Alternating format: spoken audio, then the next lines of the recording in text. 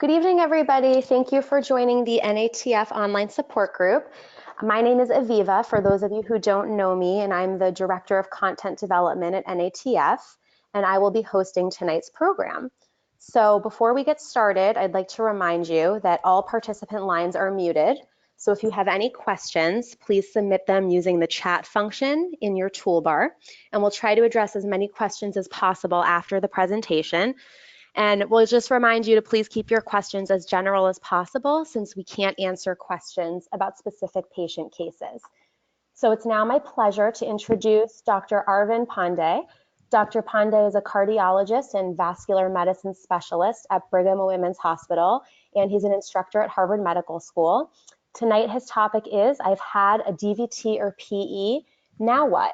So Dr. Pandey, we're delighted to have you with us this evening. Thank you, and you can now present. All right, thanks, Aviva. I appreciate the opportunity. I had wanted to discuss a little bit tonight about the topic of what I often come across in clinic, patients who've had a DVT and PE and they are seeing me in follow-up for the first time, or I see them in the hospital, and then they have a lot of questions about what to expect going forward. To start off with, I have no disclosures. So the outline of the talk is we'll go through a few different topics. First off, we'll talk a little bit about diagnosis, and then we'll go into who should be treated, then what do we treat with, how long will treatment last, what do we monitor during treatment, and then what can I do after I've had a PE or DVT, and then we'll open it up to questions and go through some of your submitted questions. So starting off, first step is diagnosis of a PE or DVT. And just to back up to define terms, PE means pulmonary embolism. So that's a type of blood clot that has moved to the lungs. And a DVT is short form for a deep vein thrombosis. And that's a type of blood clot that has formed inside of the veins in our body, usually in our legs, but sometimes in our arms. So the diagnosis is oftentimes suspected based off of symptoms. People may experience a variety of different things. They may have shortness of breath, they may have chest pain, they may have palpitations, chest pressure. Some people just have an uneasy feeling or feeling that something's not quite right, or a feeling of anxiousness. And oftentimes, but not always, those symptoms may be paired with leg swelling or arm swelling, as well as leg or arm pain. They may also have redness or burning or itching in their legs. So it can be a lot of different symptoms, but it's really the constellation of all of those things in the right pattern that raises our suspicion that someone may be having a blood clot. So once we have those constellation of symptoms that raises our concern, the next step is to do imaging to make that diagnosis. And most commonly, the imaging modalities that we use are ultrasound or a CT scan or a CAT scan. The ultrasound uses sound waves to allow us to look at the veins in our arms and the legs. Typically, we can't look at the veins inside of the torso or the belly because the sound waves just don't go that far. So we typically use it for the arms and the veins in the arms and the legs, and try to see if there's visual evidence of a blood clot in the veins. If we're more concerned about blood clots in the lungs, or again somewhere in the torso, then we'll oftentimes rely on a CAT scan. And that uses X-rays to create a really detailed picture of the blood vessels inside of the torso to see if there's any evidence of blood clot.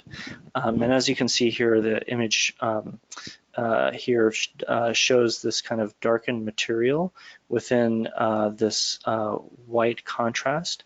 The contrast is what you'll oftentimes get during the CAT scan in order to highlight the blood vessels, and then the blood clots appear as a dark material within those contrasted blood vessels.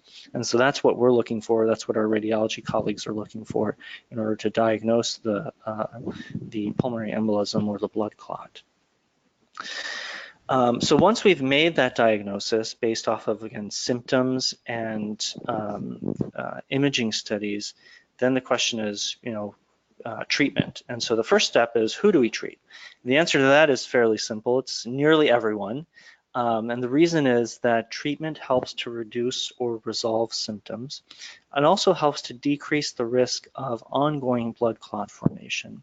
There's a small subset of people who may not have any symptoms, and they sometimes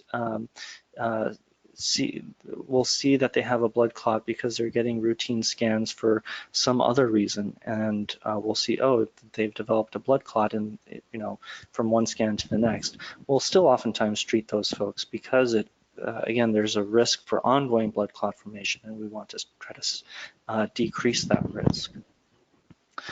There are a few exceptions, though, in terms of treatment for blood clots. There are a few, but they're notable. The first is a lot of times in patients who have superficial clots. What I mean by that is, we have two, I kind of think of our venous system as two sets of highways. One set is closer to the surface of the skin. We call those the superficial veins. And then another set of highway is deeper inside of our arms and legs, and we call those the deep veins. And so when we talk about DVTs, those are blood clots in those deep veins. Sometimes people develop blood clots in the superficial veins, and people who develop that may not always require blood thinners. Sometimes we can use heat, we can use compression, we can elevate the limb that's affected to try to help with the symptoms, but we may not need to go to the blood thinners directly. Another group of people where we may not necessarily treat with blood thinners is patients who have very elevated or what we consider prohibitive bleeding risk. That means that their risk of bleeding on blood thinners is so high that it may outweigh the benefit that they might get from treating the blood clot. And again, that is a very individual decision particular to each patient. But it's an important consideration. Another very small group of patients in which we may not treat directly is patients who may have small blood clots in their calves or in their lower legs. In rare circumstances, those patients, sometimes we can just monitor with repeat ultrasounds to see if the blood clot has gotten worse. Now, again, that is also a very individualized decision, something that doctor and patient really have to come to and arrive at together. But those are, again, another set of possibilities of a scenario in which we may not directly go towards a blood thinner for treatment. So once we figured out who we need to treat, we want to figure out what we need to treat with. And so the biggest thing we use is blood thinners. There are a lot of different variety of blood thinners, and some of you may have heard names of different ones of these in the course of your own experience with blood clots. I tend to break it up into three groups. They're the intravenous blood thinners, the subcutaneous injection blood thinners, and the oral blood thinners. The intravenous blood thinners, most commonly the one that we use is heparin.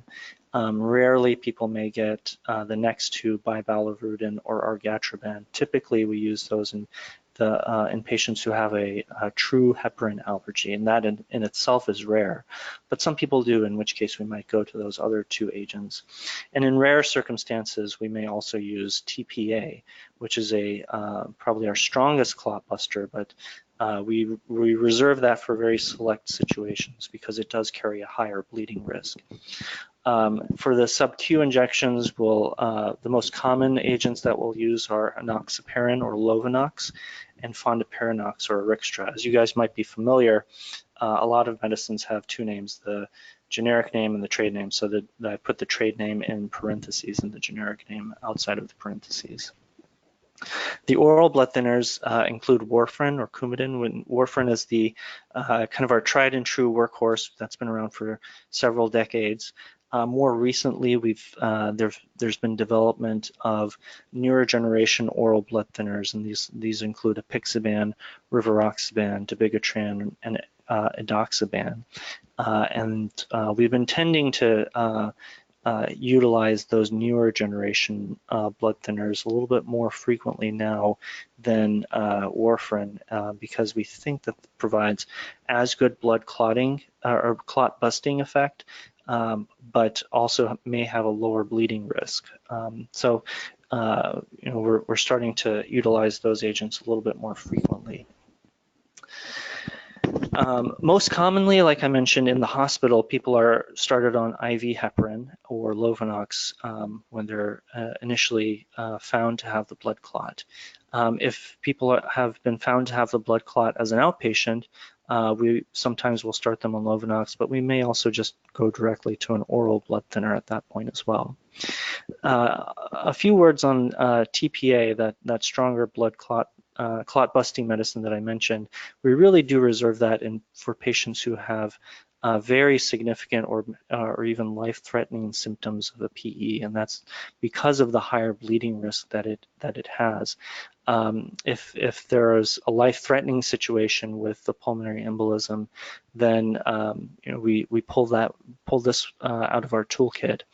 If patients have very severe symptoms, but maybe not life-threatening, but still very, very symptomatic in terms of a lot of pressure on their heart, a lot of stress on their heart, a lot of stress on their lungs because of the blood clots, then we might place a catheter to allow for TPA infusion over several hours. But again, the TPA really is reserved for patients who have very significant symptoms from their blood clots. Even rarer is using TPA for DVT. So those two that I was mentioning in terms of life-threatening situations or very severe symptoms, those are really for the blood clots in the lungs.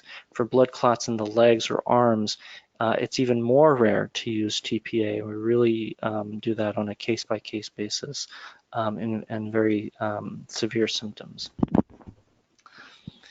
Otherwise, our next choice is to utilize a sub-Q injection or an oral blood thinner. And what we end up using is variable. So one person may get one particular type of agent, another person may get another.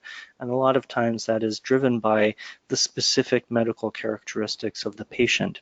A patient preference, though, can also come into play. Sometimes patients would prefer to, I would say most patients would prefer to be on an oral medicine rather than injection medicine. And so that can certainly play a part in trying to figure out what might be the best agent for us to use. And so we have this concept of shared decision making, which we in medicine, in which patient and doctor discuss what's the best option for someone, and we utilize that shared decision making a lot of times in these situations to figure out what is the best option for a blood thinner. Some of those medical considerations that I mentioned that might determine one blood thinner over another. If someone were to have a mechanical, specifically a metal heart valve, will oftentimes utilize either Lovenox or warfarin. And that's because those newer generation of blood thinners have not proven safe yet in patients with metal heart valves. So we really are restricted to using Lovenox or warfarin. In patients who may have cancer and blood clots, we'll oftentimes utilize either Lovenox or a DOAC. A DOAC is the short form for those newer generation oral blood thinners.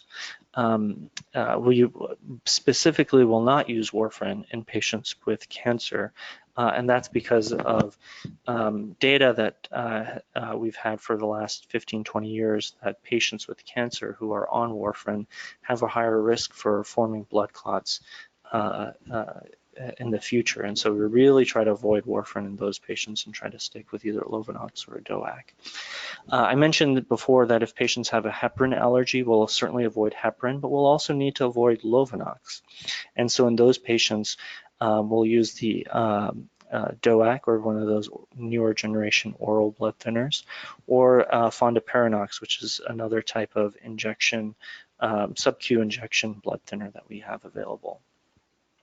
In a small number of patients may have this entity called antiphospholipid antibody syndrome, That's a autoimmune condition that predisposes them to, excuse me, having blood clots.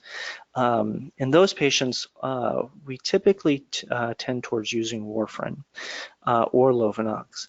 There are new data coming out suggesting that the DOACs, or those newer generation oral blood thinners, may be okay in these types of patients as well, but that's still an area under active study. And so because of that, we typically tend towards warfarin or Lovenox. Another consideration is if patients have had progression of blood clots on one particular agent, meaning that they're on a blood thinner because they had blood clots. While taking that blood thinner, they have more blood clots. We'll oftentimes switch the blood thinner in that situation, with the idea that, that didn't seem like that blood thinner was doing enough to prevent more blood clots. So we're hoping that another type of agent may do a better job. So next question is, how long will treatment last? The way I kind of think about duration of treatment is that there are two phases. There's the treatment phase and there's the prevention phase. So the treatment phase typically is typically the first 3 to 6 months, and then the prevention phase is usually the time after that. So for that treatment phase, we'll do typically either 3 to 6 months worth of what we consider full dose blood thinner treatment.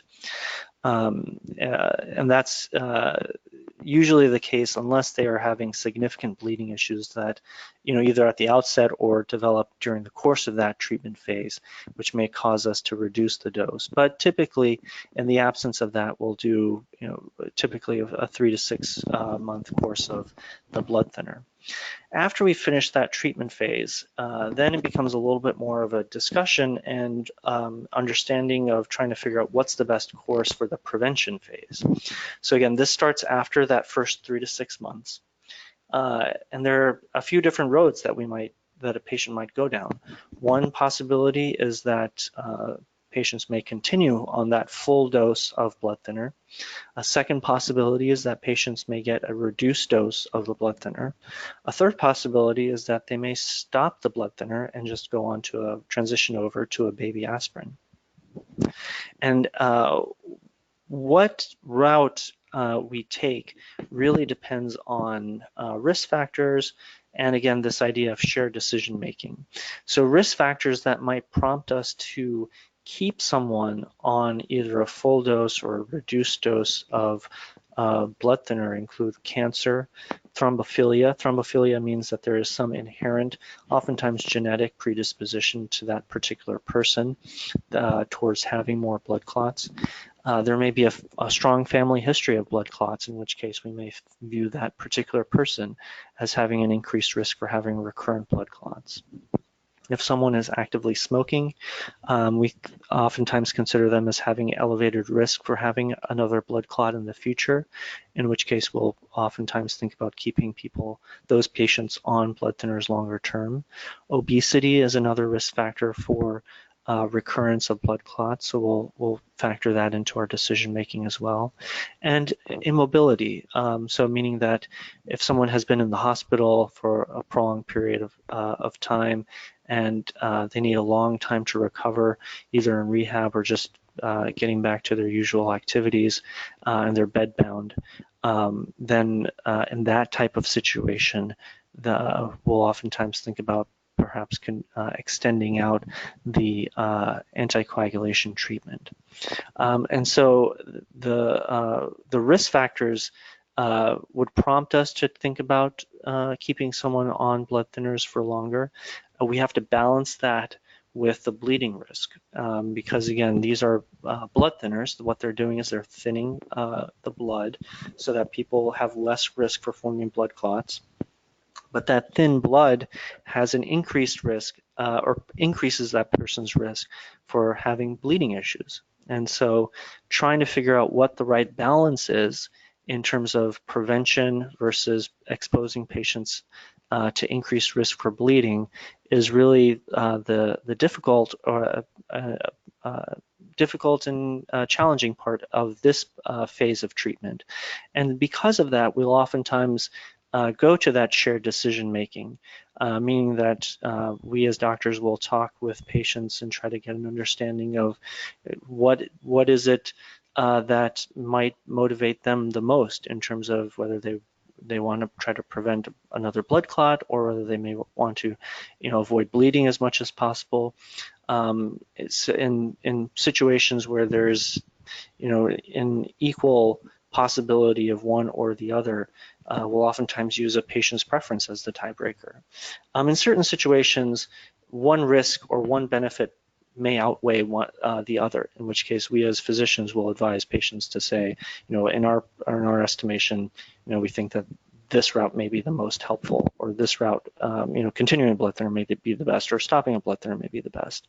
But in situations where it's equal, the scales are, in equal balance, that's where that shared decision making becomes really important, so that patients can feel involved and take ownership of those decisions in those types of situations. So the next thing is, what do we monitor during treatment? So the first thing we monitor for are progression resolution of symptoms. One of the questions I oftentimes get asked is, do I need to get another scan? Do I need to get another ultrasound or another CAT scan to look at the blood clot that I had? And oftentimes the answer is no, we don't need to repeat the scan, because the thing that would prompt us to do something or not do something are a person's symptoms.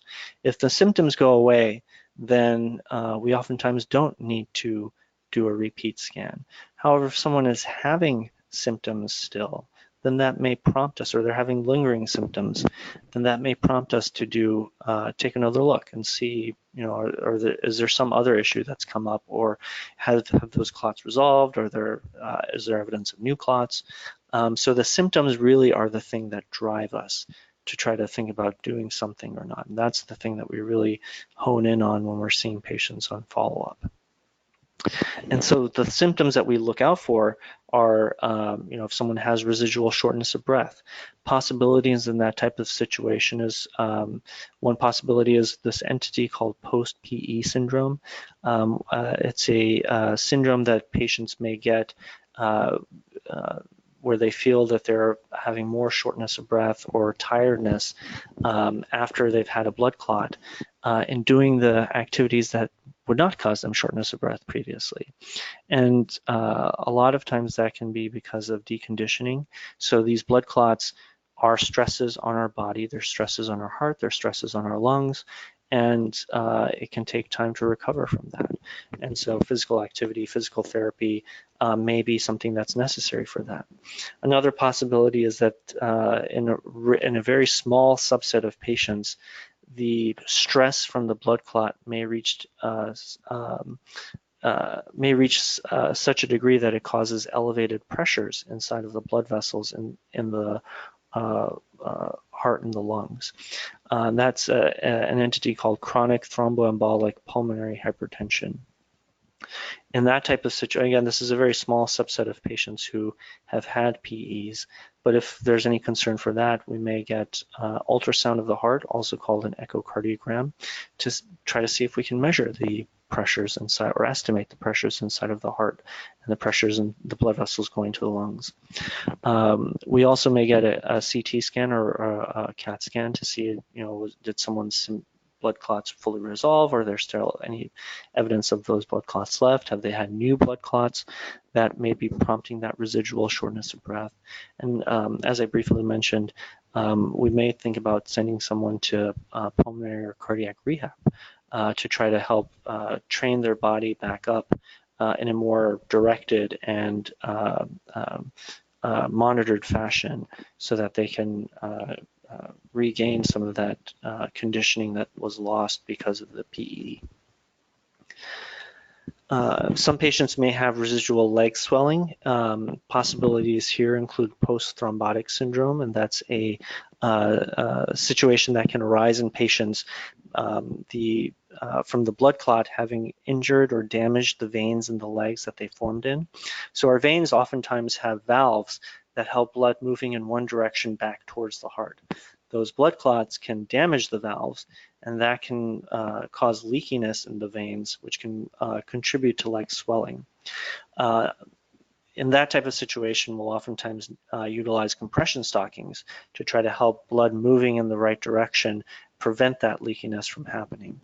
Other patients may have what we call chronic DVTs. So chronic DVTs are not acute DVTs, meaning that they don't carry the same potential for breaking off, going to the lungs or injury. They're basically scar tissue that arose from the blood clot that had originally formed, scarred down, and it left gunk inside of the vein.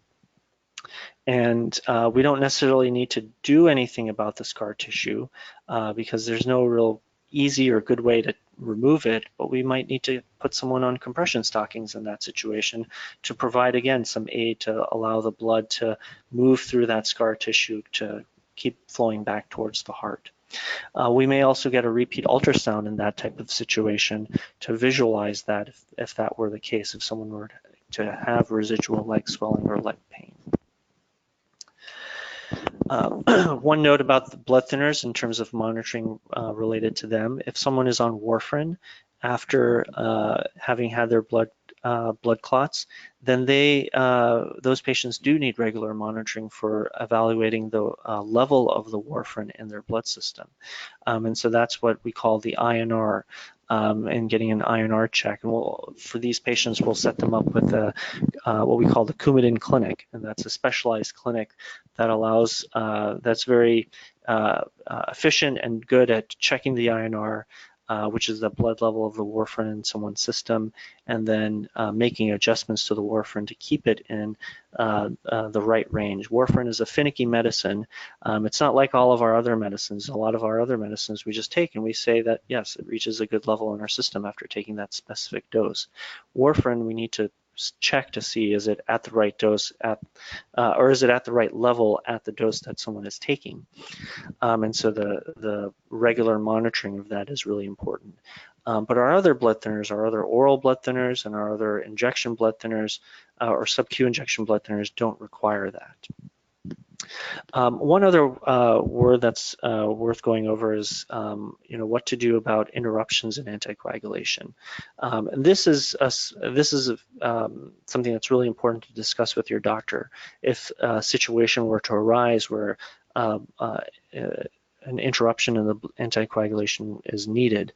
Most often this occurs in the setting of a procedure. So someone had blood clots and then maybe a month later or 2 months later, they might need a procedure or surgery. And so talking with your doctor about what's the best course of action in that situation is really important. If something is coming up pretty soon after a blood clot has happened, it might be worth thinking whether that procedure could be postponed so that we don't interrupt blood thinners. If that procedure is something that's happening several months or years after someone has had a blood clot, they're just on blood thinners kind of in that prevention phase, then oftentimes it's not a problem of holding the blood thinner, going through the surgery or procedure, and then going back on the blood thinners. But how long to hold, when to restart, all of that is important to discuss with your doctor and really coming up with an individual plan of what is the best option. Finally, I wanted to spend a few minutes about the question of what can I do? So that's oftentimes a question that patients will ask me in clinic after they've had a blood clot. What are the things that I can do to try to help improve my health and improve the chances of not getting another blood clot in the future? Exercise is a good place to start, and start slow. The most important thing is that you want to start slow, but keep at it. Our goal that we recommend for patients is 30 to 35 minutes of moderate intensity aerobic exercise. Usually we try to recommend people doing that 4 to 5 days a week. And that's because it improves cardiovascular fitness, so but not only the heart, but the vascular, the blood vessels. And it also helps improve venous blood flow. And in patients who have blood clots or have issues with residual blood clots in their legs, that's an important part that helps to keep the blood flowing through the legs as good as possible. And so exercise, again, you want to start slow, but just keep at it.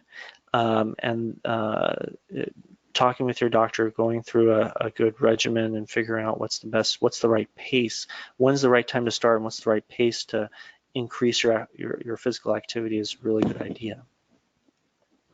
Another thing that people can do is eat right. As I mentioned before, obesity is a risk factor for blood clot development, and better control of weight. If someone has high blood pressure or diabetes, better control of both of those through diet, all are very helpful, and they all, again, feed back onto improving cardiovascular health. And so in that, oftentimes we forget that blood vessels are part of the cardiovascular system. And so the things that we think are good for the heart are actually also good for the blood vessels, help to decrease the risk of blood clots forming, and they help to keep everything flowing well through our channels. So eating right, losing weight, staying on a heart-healthy, low-salt diet are all really, really helpful to try to help prevent future blood clots from happening. Another thing that's really important is managing stress, and this is something that we oftentimes don't talk about enough, but stress can certainly impair our recovery and can increase our risk of blood clots. And so having effective strategies to try to relieve stress are also very, very important to improve cardiovascular health. And so again, I keep bringing it back to the idea that blood vessels are connected to the heart, and they're all part of that same system.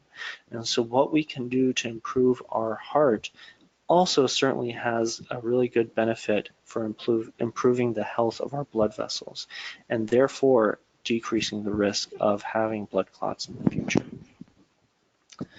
Another question that I get asked very frequently is, can I travel? And I tell folks travel is okay. I don't want you to stop going on that trip around the world if just because you had a blood clot, but it is important to figure out what's the right strategy to do that. And that's where talking with your doctor about that strategy is really, really important. We might recommend trying to do shorter flights or compression stocking, moving around, maybe certainly continuing on a blood thinner if you're on the blood thinner. But in general, I want people to continue living their lives.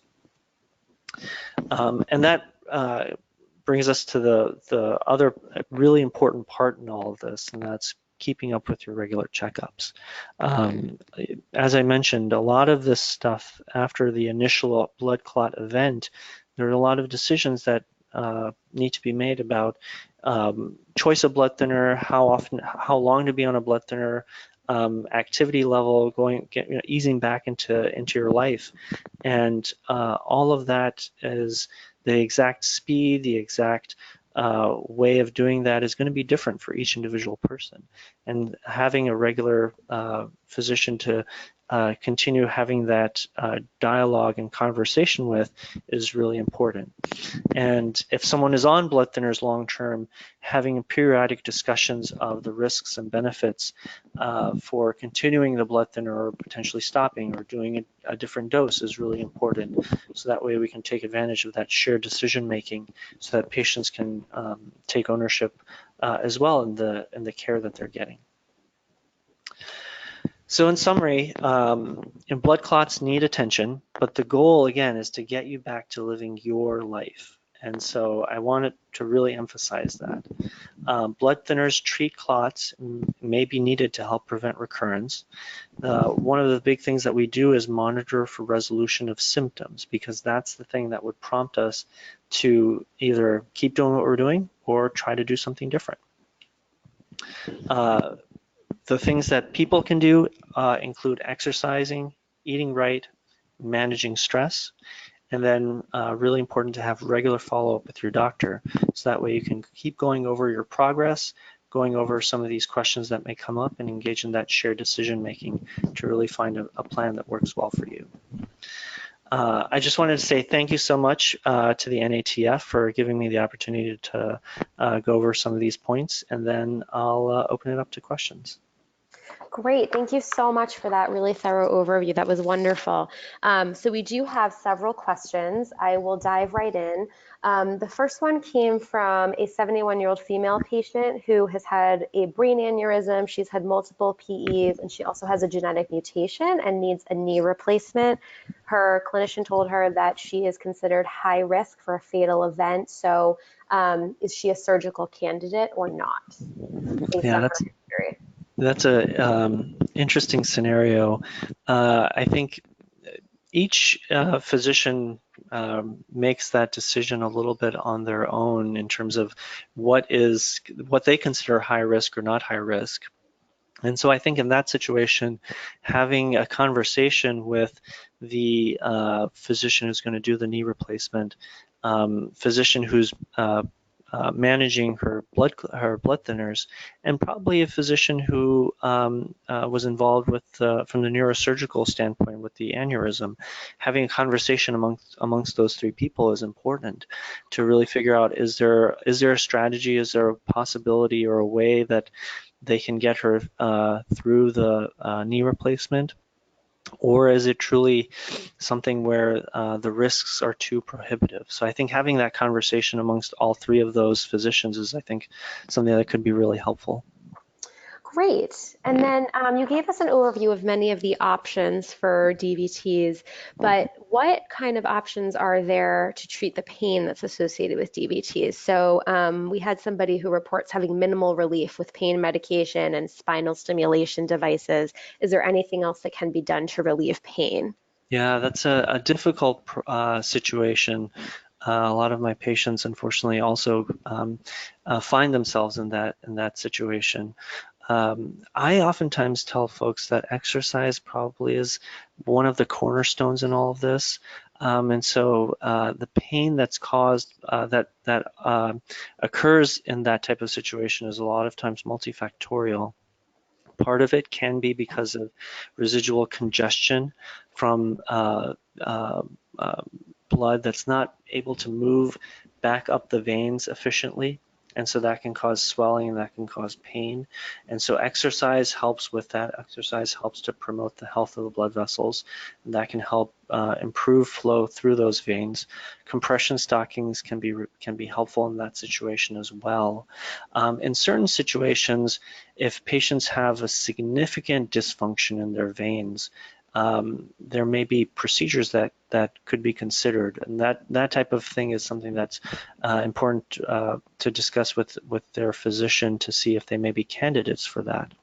But it is a difficult problem for sure, and we have a lot of these strategies that might be able to help. It's really just trying to figure out what combination of those might be able to help the most. Okay, wonderful. And then you had touched upon some of the lifestyle changes that people can make to, deal with their PE and prevent additional ones. But are there any quote unquote natural ways that you're aware of that decrease clotting, such as grounding, eating certain foods, using essential oils, anything like that, or any of those methods recommended?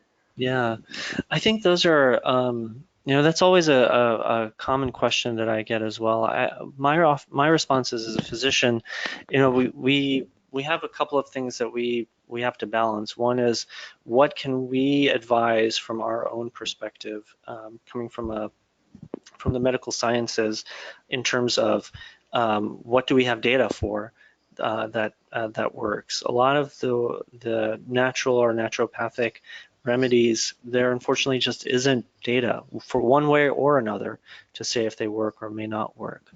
And so what I oftentimes advise patients is that, if they have specific questions like that, talk with their physician and see, is there anything dangerous that their physician may see with that particular remedy or strategy. My own bias is that if I don't see anything particularly dangerous, then I say, I think it's fine from my perspective to try it. And if it works or if it helps, great. If it doesn't, then it doesn't. And probably no harm, no foul. But I think the most important thing is talking about it with your physician first to see if they notice or if they find anything that's concerning or problematic with that particular therapy or natural medicine that the person might be considering. Great, that's really helpful information. So next we actually have a relatively younger patient. So we know blood clots can really occur at any age. This is a female who's in her 30s and she is taking Eliquis, and she's actually had some terrible side effects. She's noticed headaches and she's noticed heavier menstruation than before she was taking it. So do you have any general opinion about females of childbearing age in their 30s being on blood thinners and oral contraception? Yeah, I think it is sometimes it takes a little bit to figure out what's the right blood thinner. As I was showing in the table there, we have a lot of choices now, especially with a lot of the newer generation blood thinners having come out over the last 10 years.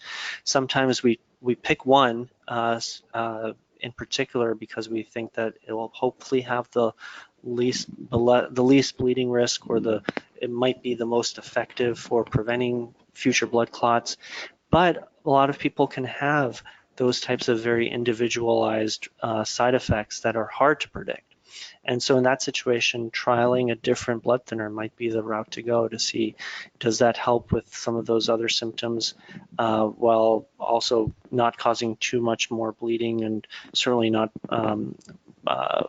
predisposing for another blood clot. And so sometimes it takes a little bit of trial and error to see which blood thinner might be able to mitigate or reduce those other side effects while also you're not posing too much of a bleeding risk. Great. We have another patient who actually has an IVC filter that's been implanted since December 2015, and this individual has been on a DOAC since then to prevent clots caused by the filter. So is lifelong anticoagulation typical with an IVC filter, or that's really case by case? It oftentimes ends up being case by case. I will say patients who've had IVC filters in for a long period of time, nowadays we are putting in more retrievable filters, and so the goal is to put the IVC filter in while someone cannot take a blood thinner. And then once they reach the point where they can take another blood thinner, then take the IVC filter out. Unfortunately, what oftentimes happens with IVC filters is blood clots can form on the filter itself. And so that really creates a problem where then you're taking blood thinners not only to prevent blood clots forming in your legs, but also to try to help manage the blood clots that may have formed on the filter itself in the meantime. And so that can complicate the issue of taking out the filter because a lot of times we're hesitant to take out filters that have a lot of blood clot on them because that might disrupt the blood clot and cause it to move to the lungs, which was the whole purpose of having put in the filter to prevent that in the first place. Mm-hmm. So it can turn into a dog chasing its tail type of situation, unfortunately. So a lot of times what ends up happening is what's being described in this situation where someone has had an IVC filter in for a long period of time. It's very difficult at that point to try to take out the IVC filter, and so you have to be on blood thinners long term to try to decrease the risk of blood clots in that situation. It may be that they need the blood thinner anyway, regardless of whether they have the IVC filter in place or not. Sometimes I suggest that it's a good idea to talk with their doctor to see, it may be that no one's revisited the idea of potentially taking out the IVC filter. So it might be a good idea just to talk to your doctor one day about it and see, is this something that can be taken out still, or is it in that situation where it cannot be taken out at this point, and really the blood thinners are the way to go. Great. And then you also provided an overview of the different DOACs and the different options that we have available for these newer anticoagulants. Is there any reason that you would choose one over the other? So is there a higher risk of bleeding with the full doses of some of them versus low doses of others? Again, is this an individualized decision? Right. Yeah. No, that's a very good question. It ends up being oftentimes an individualized decision, and each particular person may have their own individual practice pattern. And the reason is that a lot of these DOACs have not been looked at head-to-head. So Eliquis has not been compared directly to Xarelto, and that has not been compared directly to Pradaxa. That's just because those trials have not been done. And so it is a little bit of kind of individualized decision making, trying to figure out which one might be the best for one particular person. I will say that from a data standpoint, there is some indication that Eliquis in particular may have a little bit of a lower bleeding risk than the other DOACs, the newer generation oral blood thinners. But that's it's not 100% clear that that's the case. And some people really prefer the once-a-day dosing of Xarelto versus the twice-a-day dosing of the Eliquis, and so that's where it really starts to goes back to that very much shared decision-making in trying to figure out what is the right decision in that situation. Is someone willing to accept the potential increased or decreased bleeding risk with the apixaban or the Eliquis while having to take a twice-a-day medicine, or do they value taking a once-a-day medicine so much that they are willing to take that little bit of increased risk of bleeding? So that's where it becomes a really good example of where that shared decision making comes into play. And that's really just, and that I would say goes for the full doses of all of those medicines. It's even less known amongst the half doses of all these medicines, which one might have more or less bleeding or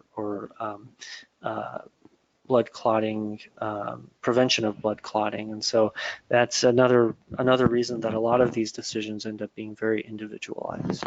Interesting. So we also have a patient who had a DVT and PE about 3 years ago, and she's been doing generally well, but occasionally notices some mild discomfort in her chest, and it seems to be connected to changes in the weather with temperature and humidity. So are there any post-PE symptoms that have been linked to changes in a person's environment or their climate? I will say I don't think I've heard of that relationship right off the top of my head, but it's not necessarily, it certainly could be related, especially if that's something that's really been noticed. She's been noticing that since the time of the PE. Sometimes though, it's hard for us to be able to do anything about that, unfortunately. Certainly we can keep people on blood thinners. We can recommend exercise. Exercise probably is the best way that we have to improve those post-PE symptoms. And some people, it's able to take them back to their baseline, whatever that was before the PE. And some patients, unfortunately, it's not, they can't quite get there. But the exercise does allow us the best hope to try to get to as close to that baseline as possible. Okay, thank you. We've also heard that after having a DVT or PE event, you're more likely than the average person to have another one. So why is this the case? Are there any physiological changes that happen to a person's body after their first clot that actually make them more predisposed to future clots? Yeah, that's a very good point, and absolutely true. We do know that patients who've had blood clots are at increased risk for another blood clot. What we don't know is how much more increased risk that is, and I think that gets to the heart of the question of we don't really understand why they are at increased risk to begin with. Some people do have genetic predisposition, and that oftentimes ends up being how I explain it to patients, even though people may get genetic testing for looking to see if they have a genetic predisposition. Unfortunately, we only have about 6 or 7 tests that we can test for to see if they have a genetic predisposition. But we know that there are scores, 20, 30, 50 different potential genetic places that they could have an abnormality that actually may confer that increased risk. So we don't know how to test for all of them, unfortunately. So it's probably true that someone who's had a blood clot, there's just something specific or unique about them that conferred that risk. And in some people, that risk is high enough for us to say, you know what, we should stay on a blood thinner long term. And some people, that risk is relatively low enough that we think, that person doesn't need to necessarily be on a blood thinner forever. And so that's, again, that individualized decision-making, shared decision-making is really important in figuring that out. That makes sense. And then you also told us about traveling and how you tell most of your patients to continue traveling. Are blood thinners ever taken just for long distance travel? When you are traveling long distance, can they ever be taken just for prevention? Or alternatively, would you ever stop them for short periods of time if you're doing something very active like biking, skiing, etc.? Yeah, good questions. I think I typically don't recommend people take blood thinners. If someone has never had a blood clot, I typically don't suggest that someone take a blood thinner specifically for travel. I do recommend that if they're on a plane ride, to get up, move around every hour, move their feet, do all the exercises that the airlines have, in that front seat pocket that we never look at. Do all of those every hour on the hour. Because one, it just helps keeps your legs loose, and two, it keeps the blood flowing. If someone has had a blood clot previously and they're on blood thinners, then I tell them continue on blood thinners. If someone has had a blood clot previously and they are no longer on blood thinners, then it becomes a discussion. Should we potentially keep them on aspirin while they're traveling, or do they feel more comfortable with that? Are they comfortable just with doing the exercises and moving around? Oftentimes I'll do that, but I typically won't just restart them on the blood thinner for the purposes of the travel. But again, it becomes a very individualized decision. I think to the second part of the question of whether we'd stop blood thinners for a short period of time, again, very individualized decision making. I think part of it depends on what phase of treatment someone might be in. If someone is in the acute treatment phase of that first 3 to 6 months, I'd be reluctant to stop someone's blood thinner for those types of activities. If someone is beyond those 3 to 6 months, and they go skiing every winter for one particular weekend, I might say it might be worth holding your blood thinner for those few days to do skiing and then restart it. But again, it's that shared decision making is really important in that situation. Great. And also just a shameless plug for the NATF newsletter, The Beat. We actually talk about long distance travel, and we give you some travel tips and some information about traveling on a long distance flight. So that's actually in our December issue. So if anybody would like a copy, you can contact us after the support group is over. Moving on, this is kind of piggybacking onto the climate and weather question. Does high altitude when you're on a trip affect blood flow or the risk for a blood clot? I don't think that I've typically seen much by way of increased risk from high altitude. Certainly altitude can affect our oxygen levels and the pressures in our lungs, because we're very sensitive to it. Typically, I kind of view the bleeding risk to be essentially the same, whether you're at sea level or whether you're at 20,000 feet. Okay, great. You mentioned briefly about chronic thromboembolic pulmonary hypertension, CTEPH. Are there any additional symptoms of that outside of shortness of breath or fatigue? So how would you really know if you have it? If you've had a PE, should you be on the lookout for it? You did say it was rare. Right, yeah, I think for the most part, it's not something that most people will develop. But the symptoms can be a little bit vague, unfortunately. The most common thing is that shortness of breath, tiredness, fatigue, and oftentimes, that's where the monitoring of symptoms really comes into play. It's that small subgroup of patients that really just don't get any better after they have had their blood clot and they've been recovering, 1, 2, 3 months. They're not really feeling any better. Is it post-PE syndrome, or is it CTEPH, the chronic thromboembolic pulmonary hypertension?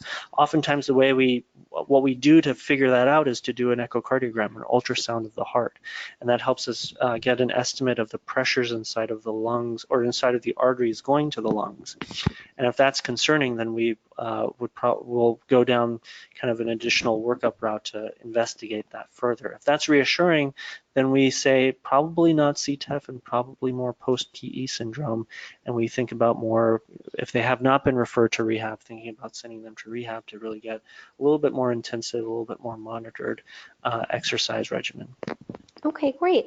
And then in addition to the risk of bleeding that you had talked about, are there any other long-term effects of being on blood thinners? The most concerning and the thing we watch out for the most is bleeding. Right. Like one of the questions had mentioned, there are some individualized reactions that people may get to the blood thinners that are hard to predict. You know, every person can have their own individual reaction to medicines, but it's rare. Most people don't. There are a few people that do, and so in that situation we have to just be aware of them. But outside of that, there's not too much more that we've seen that the blood thinners can cause except for the bleeding problems.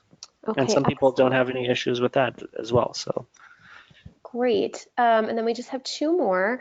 Do you recommend patient self-management for people who are on warfarin? So you had mentioned the Coumadin clinic. Is it necessary for people to check in and go there, or is there something they can use at home to be, managing themselves and not having to come to the clinic all the time? I would say the vast majority of patients, the best thing would be to get established with the Coumadin clinic and keep it with the Coumadin clinic. A lot of times, once the dose is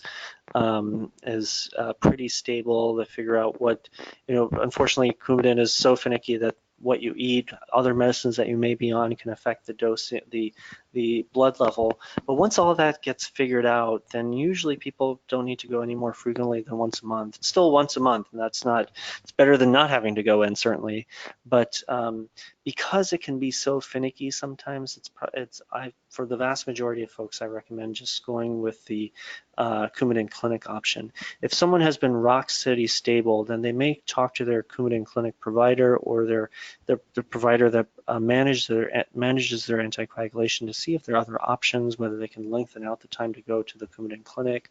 But I'd say that's a very, very, very rare circumstance. Majority of folks, best to just go with the Coumadin clinic. Okay, great. And then the last and final question, we actually had a patient ask about Plavix, which is also known as clopidogrel. And this patient was actually prescribed two 45 milligram dosages of Plavix, and he's since been told that it's not necessary. So he's wondering what the preferred dosage is, and if Plavix is something that is being used for blood clot prevention or to treat blood clots. Yeah, so oftentimes after we've stopped people off of blood thinners, if we reach that point where we say, okay, someone doesn't need to be on blood thinners anymore, we'll put them on aspirin. Plavix is a cousin of aspirin, and we think that it probably actually works a little bit more effectively than aspirin. It comes with a little bit of a higher bleeding risk, but probably is a little bit more effective in preventing blood clots. So we may use that for prevention of blood clots going forward. Oftentimes the dose that I use is 75 milligrams of the Plavix, so the 45 total of 90 is not typically the dose that I use, but it may be that their doctor had a particular reason for that dose, in which case they should certainly discuss it with them. But it can be used as an alternative to aspirin in that if someone is off of blood thinners, to try to help prevent future blood clots as well. Okay, wonderful. Well, thank you, Dr. Pandey, for a wonderful presentation. To everybody on the line, this support group was recorded and it will be available on our website, natfonline.org, if you'd like to watch it again. And our next online support group is scheduled for January 21st. The session is actually going to be an open forum panel discussion, so you'll be able to ask questions. And we will have Dr. Greg Piazza, Dr. Jean Connors, and Dr. Umberto Campia joining us to answer the questions. This session was actually rescheduled from October because we had to cancel. So we look forward to speaking to you on January 21st. Thank you again to Dr. Pandey, and happy holidays to everybody. We'll talk to you in the new year. Thank you. Thank you. Bye.